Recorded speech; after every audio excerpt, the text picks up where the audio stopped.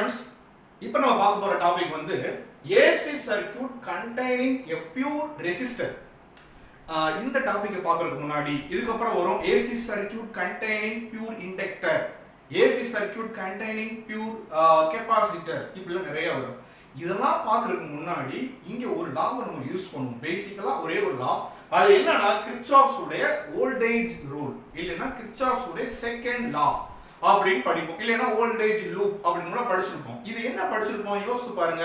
ஒரு சர்க்யூட் வழியா நம்ம எவ்வளவு வோல்டேஜ் கொடுக்குறோம், அங்க எவ்வளவு டிராப் ஆயிடுச்சு.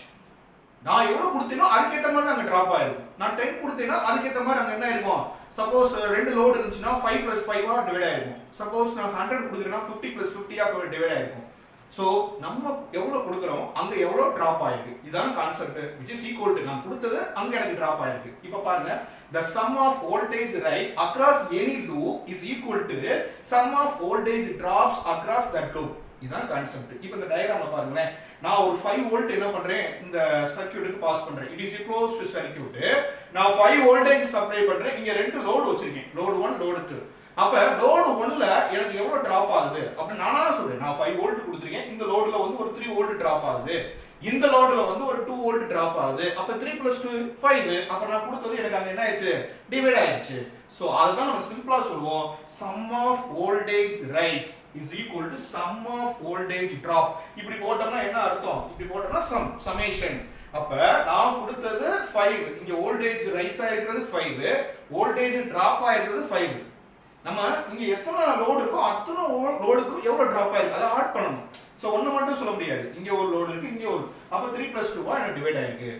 சப்போஸ் 4 + 1 கூட டிவைட் ஆகலாம், இல்ல இங்க 3 இங்க 2 அங்க 3 எப்படி வேணாலும் டிராப் ஆகலாம். சோ இதுதான் வந்து கிர்ச்சாஃப்ஸ் உடைய செகண்ட் ரூல். இதை நம்ம தெரிஞ்சுக்கிட்டோம் அப்படின்னா நம்ம இங்க யூஸ் பண்றதுக்கு வசதியா இருக்கும். சோ அப்ப இந்த ஏசி சர்க்யூட் கண்டெய்னிங் பியூர் ரெசிஸ்டர்ல நான் என்ன பண்ண போறேன் அப்படின்னா, let us take AC circuit. அப்போ ஒரு ஏசி சர்க்யூட் எடுக்கணும் அப்படின்னா நம்ம என்ன சிம்பிள் போடுவோம் தெரியுமா, இந்த மாதிரி ஒரு சிம்பிள் போடுவோம். This is the simple for AC. இதுவே நம்ம இப்படி போட்டோம்னா, இப்படி போட்டா இது டிசின்னு சொல்லுவோம், ரைட்டா. ஏசி நம்ம ஏன் சொல்றோம், நம்ம ஒரு அல்டர்னேட்டிவ் கரண்ட் இதுக்கு முன்னாடி படிச்சிருக்கோம், sinusoidal alternative current. Alternative current நம்ம என்ன வேவ்ல மென்ஷன் பண்ணுவோம், alternative current is always represented as sine wave, ரைட்டா.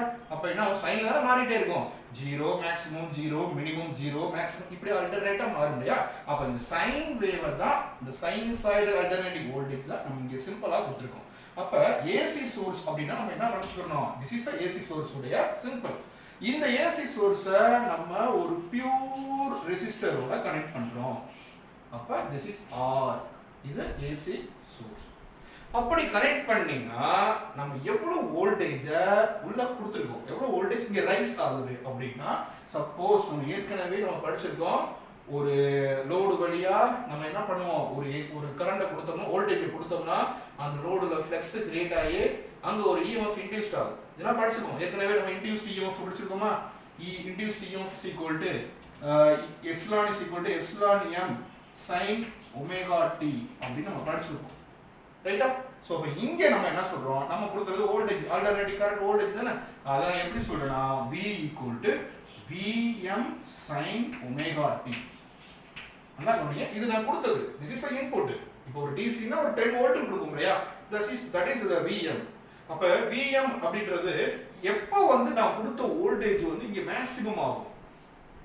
இப்போ ஒரு சர்க்யூட்ல, இது ஒரு ஏசி சர்க்யூட்னா இந்த சர்க்யூட்ல நான் அல்டர்னேட்டிவ் வோல்டேஜ் எப்போ மேக்ஸிமம் ஆகும், எப்ப இந்த ஒமேகா டி. இப்போ ஒமேகா டி னா என்ன, ஒமேகா டி பொதுவா நம்ம டிஸ்டன்ஸ்னா velocity is equal to displacement by time போடுவோம். இதானப்பா velocity னா displacement by time. அதே மாதிரி இங்க angular velocity அப்படினா என்ன, angular displacement by time. ஏன்னா இங்க angular வச்சா சொல்றோம், இங்க சாதாரண displacement சொன்னோமா அது லீனியர், இங்க angular displacement சொல்றனால this is angular velocity. அப்ப இங்க x வேணும்னா நம்ம v × t ன்னு சொல்லுவோம், displace. இங்க θ வேணும்னா நம்ம என்ன சொல்லணும், ஒமேகா angular velocity × time. அப்ப ஒமேகா t போட்டாலும் ஓகே தான், θ போட்டாலும் ஓகே தான். So no problem. இங்க நம்ம ஒமேகா t னே போட்டுறோம், ரைட்டா. Right, radians per second. அப்ப எப்ப வந்து இந்த velocity, ஐ மீன் எப்ப வந்து இந்த அல்டர்னேட்டிவ் வோல்டேஜ் வந்து மேக்ஸிமம் ஆகும், V = Vm அப்படின்னு சொல்றோம்ல. நான் கொடுத்த இந்த V வந்து இப்போ 1 செகண்ட் வச்சுக்கோங்களேன். ஸோ இப்போ இந்த இடத்துல பாருங்க, இது வோல்டேஜ் டைம் பார்த்தோம்னா இன்ஸ்டன்டேனியஸ் வேல்யூ ஆஃப் வோல்டேஜ் இந்த இடத்துல 1 செகண்ட்ல இங்க ஒரு வேல்யூ இருக்கும், 2 செகண்ட்ல இங்க ஒரு வோல்டேஜ் இருக்கும், 3 செகண்ட்ல. அப்ப இந்த இடத்துல தான் எனக்கு என்ன ஆகுது, வோல்டேஜ் மேக்ஸிமம் ஆகுது. சரியா? அப்ப இந்த இடத்துல எவ்வளவு டைம், இதுடைய வேல்யூ எவ்வளவு, 90 டிகிரி. அப்ப சைனுக்கு 90 போட்டேன்னா எனக்கு என்ன ஆகுதுன்னா voltage maximum V = sin 90 value வந்து 1. ரைட். சோ இப்போ இத ஒரு ஈக்குவேஷன் 1 நம்ம அப்படியே வச்சிருப்போம். இப்போ நான் கொடுத்த இந்த அல்டர்னேட்டிவ் வோல்டேஜ்க்கு அந்த சர்க்யூட்ல என்ன ஆகும், இந்த வோல்டேஜ் உள்ள போகுமா, போன உடனே நான் கொடுத்த இந்த ரெசிஸ்டன்ஸ் இந்த லோடுன்றது என்ன பண்ணாது, ஃபுல் அண்ட் ஃபுல் அவர் வந்து என்ன பண்ணுவாரு, சம் வோல்டேஜ் டிராப் பண்ணுவாப்ல. உங்களுக்கு தெரியும், ஓம்ஸ் லா படி தெரியும். அப்ப இந்த இடத்துல எவ்வளவு வோல்டேஜ் டிராப் ஆகுது அப்படி பார்த்தோம்னா V = இங்க ஃப்ளோ ஆகக்கூடிய கரண்ட் I, இங்க ஃப்ளோ ஆகக்கூடிய கரண்ட் I, அவருடைய ரெசிஸ்டன்ஸ் R. அப்ப இதுதான் நம்ம ஓம்ஸ் லால படிச்சிருக்கோம். பாருங்க, நம்ம கொடுத்த இன்புட் இன்ஸ்டன்டேனியஸ் வேல்யூ, இன்ஸ்டன்டேனியஸ் ஒவ்வொரு இடத்துலயும் மாறிட்டே இருக்கும் இல்லையா, V = Vm. பட் நான் கொடுத்த இவ்வளவு வோல்டேஜுக்கு எனக்கு அது எவ்வளவு டிராப் ஆயிருக்கு பாருங்க, V = I × R. ஸோ ஏன்னா இது லோடு தானப்பா, இந்த லோடு வழி எவ்வளவு கரண்ட் போகுது இன்டு ரெசிஸ்டன்ஸ், அவ்வளவுதான். அதனால என்ன டிராப் ஆகுது, நமக்கு ஓம்ஸ் லா ஃபார்முலா தெரியும். இப்போ நம்ம என்ன பண்ணணும், அந்த கிர்ச்சாஃப்ஸ் உடைய செகண்ட் ரூலை யூஸ் பண்ணணும். So from Kirchhoff's second rule, ரொம்ப முக்கியமான வார்த்தை நம்ம இங்க மென்ஷன் பண்ணியே. From Kirchhoff's உடைய செகண்ட் ரூல் அங்க என்ன சொன்னோம், sum of voltage rise in the given loop is equal to sum of voltage drop in the one V = Vm sin omega t. Equation 2 இதுதான் பாது. ஆனா இந்த ஈக்குவேஷன் 2 நம்ம என்ன பண்ணிடுவோம், நம்ம வந்து இந்த வோல்டேஜ் அக்ராஸ் ரெசிஸ்டன்ஸ்னால நான் இந்த இடத்துல ஒரு டிஃபரன்ஸ்க்காக V சஃபிக்ஸ்ல R போடுறேன். அப்ப நமக்கு வந்து கிர்ச்சாஃப்ஸ் உடைய செகண்ட் ரூல் படி இந்த வேல்யூவும் இந்த வேல்யூ ஈக்குவல். அதாவது equation 1 is equal to equation 2. இதானப்பா நம்ம ரூல், கிர்ச்சாஃப்ஸ் உடைய செகண்ட் ரூலை நம்ம அப்ளை பண்ணிருக்கோம். ஓகே, எவ்வளவு கொடுத்திருக்கோம், அங்க எவ்வளவு டிராப் ஆயிருக்கு, இதான கிர்ச்சாஃப்ஸ் உடைய செகண்ட் ரூல் உடைய கான்செப்ட். சரி, இப்போ பாருங்க, இப்போ நம்ம கொடுத்திருக்கிறது எவ்வளவு, Vm sin omega t. Vm sin omega t அங்க எவ்வளவு டிராப் ஆயிருக்கு, I × R. சோ நம்மளோட எய்ம் என்னன்னா, நம்ம கொடுத்திருக்க வோல்டேஜ்க்கு அங்க எவ்வளவு கரண்ட் அங்க ப்ரொடியூஸ் ஆகுது அதை நம்ம கண்டுபிடிக்கணும். சோ V கொடுத்திருக்கோம், நம்ம I கண்டுபிடிக்கணும். சோ அப்ப I வேணும் எனக்கு. அப்ப I வேணும்னா அந்த R கீழ கொண்டு வந்துடலாமா, R Vm divided by R sin omega t. இது ஒரு மூணாவது ஈக்குவேஷன் ஆச்சுடுவோம். பாருங்க, இப்போ ஃபர்ஸ்ட் ஈக்குவேஷன் பாருங்க, V = Vm sin omega t. இப்போ தேர்ட் ஈக்குவேஷன் பாருங்க, I = Vm divided by R × sin omega t. இப்போ இந்த ஈக்குவேஷன்ல எனக்கு கரண்ட் வந்து எப்ப மேக்ஸிமம் ஆகும்னு கண்டுபிடிக்கணும். கரண்ட் எப்ப மேக்ஸிமம் ஆகும், இப்போ வழக்கம் போல if omega t = 90 டிகிரி. இதேதானப்பா, இதே டயகிராம் தானே நம்ம இங்க வரைஞ்சோம்ல. சோ சப்போஸ் எப்பவுமே என்ன பண்ணுவோம், இது அல்டர்னேட்டிவ் வோல்டேஜ், இது எனக்கு கிடைக்கக்கூடிய அல்டர்னேட்டிவ் கரண்ட், இதான் வேவ் ஃபார்ம். அப்ப இந்த இடத்துல வோல்டேஜ் மேக்ஸிமம் ஆகுதுன்னா அப்ப இந்த இடத்துல தான் எனக்கு என்ன ஆகும், கரண்ட் மேக்ஸிமம் ஆகும். அப்ப அந்த பேஸ் உடைய வேல்யூ என்ன, 90 டிகிரி.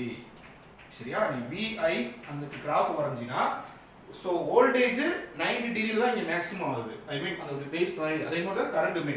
அப்ப தீட்டாக்கு நம்ம 19 போட்டோம்னா I = Vm divided by R sin 90. So sin 90 உடைய வேல்யூ என்ன, we know that sin 90 is equal to 1 பா.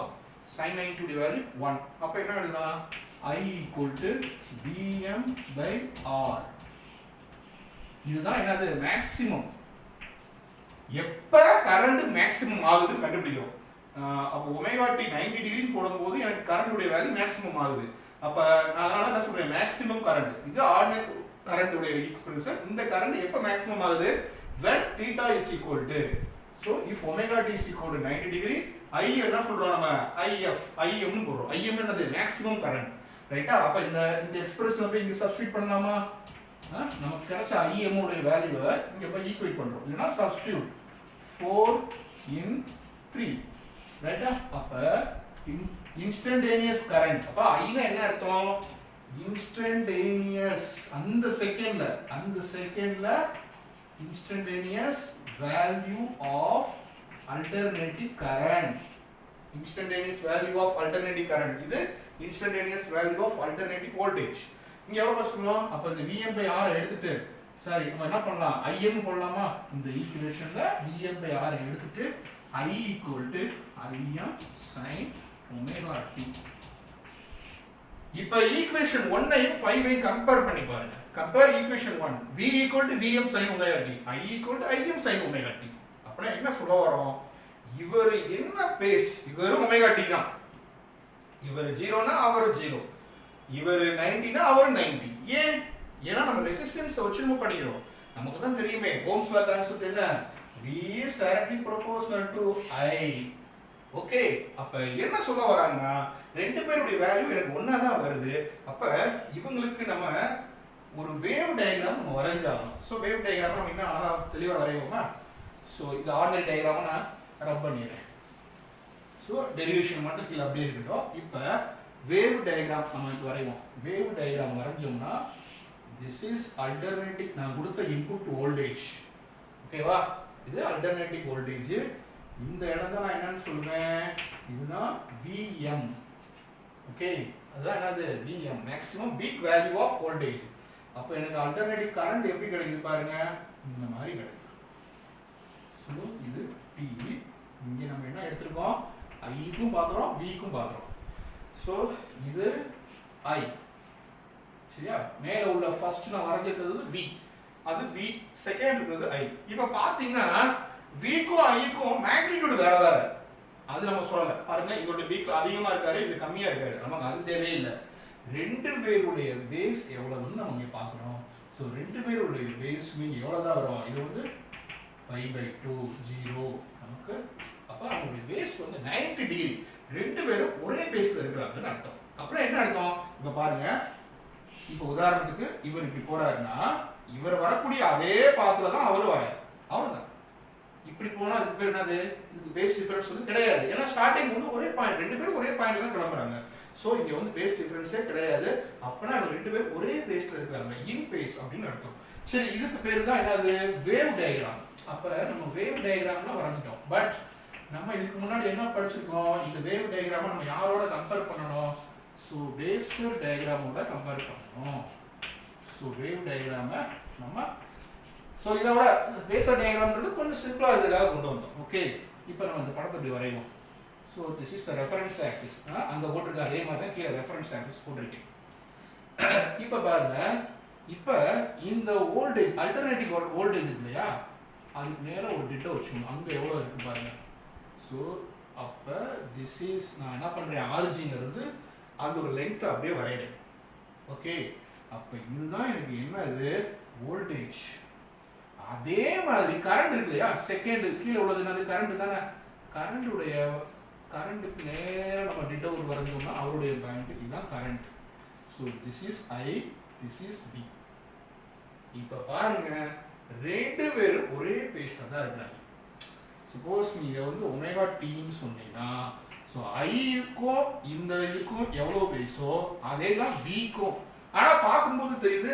I உடைய வேல்யூ வேற V உடைய வேல்யூ வேற நமக்கு அது தேவையே கிடையாது சோ I யும் V யும் ஒரே சோ ரெண்டு பேருமே இன் பேஸ் சொல்லுவாங்க இல்லைனா same phase or in so அதுதான் முக்கியம் இந்த பேஸர் டயகிராம்ல இருந்து நம்ம என்ன சொல்ல வரோம் அப்ப இப்போ இவங்களுடைய வேல்யூ நீங்க சொல்லணும் இப்போ இவருடைய வேல்யூ நம்ம என்னன்னு சொல்லுவோம் இவருடைய maximum value I mean instantaneous current உடைய வேல்யூ என்ன நமக்கு தெரியும் இல்லையா இன்ஸ்டன்டேனியஸ் கரண்ட் உடைய வேல்யூ என்ன Im sin omega t நம்ம கண்டுபிடிச்சிருக்கோம் இல்லையா மேக்னிட்யூட் அதே மாதிரி இந்த value maximum value of voltage இதுதான் என்னது அப்ப இவங்களுடைய வேல்யூ என்ன Vm sin omega t புரியுதா சப்போஸ் நீ இந்த ஆரிஜின் பாயிண்ட் O ன்னு வச்சுக்கிட்டீங்கன்னா இத A ன்னு வை OA ன்றது வோல்டேஜ் O சப்போஸ் இவர B ன்னு வச்சிட்டா OB ன்றது என்னது சோ நான் சிம்பிளா சொல்றோம் OA அப்படின்னா நமக்கு வோல்டேஜை மென்ஷன் பண்றோம், OB சொல்லிட்டு நம்ம கரண்ட்டை மென்ஷன் பண்றோம். ஸோ இதுதான் கான்செப்ட். ஸோ பேஸர் டயக்ராம், இந்த வேவ் டயக்ராம் வச்சு தான் அந்த பேஸர் டயக்ராம் நான் வரைஞ்சிருக்கேன். பட் நமக்கு இதை விட இது ஈஸியாக இருக்கு பாருங்க. ஸோ இதை கூட நம்ம என்ன சொல்றோம், 90 டிகிரி பார்க்கணும். ஓகே, ஒரே பேஸ்ல இருக்குதான்னு பார்த்து சொல்றோம். பட் இங்கே பார்த்துட்டு தெரியுது ரெண்டு ஒரே லைனாக தான் இருக்காங்க. அவ்வளோதான், ஒரே லைனா ஒரே ஸ்ட்ரைட் லைனாக போயிட்டு இருக்காங்க. இவங்க ரெண்டு பேருக்குமே பேஸ் டிஃபரன்ஸ் சொன்னீங்க இருக்க 0. ஸோ இதுதான் என்னது, AC circuit containing the pure ரெசிஸ்டருடைய பேஸர் டயக்ராமு, வேவ் டயக்ராமு, அவங்க ரெண்டு பேருடைய மேக்னிடியூட் வேல்யூ, இன்ஸ்டன்டேனியஸ் வேல்யூ என்னது, இதுதான் நம்ம வேல்யூ வந்து ரொம்ப முக்கியமானது. அவருடைய வேல்யூ என்னது, I = Im sin omega t. Okay, thank you.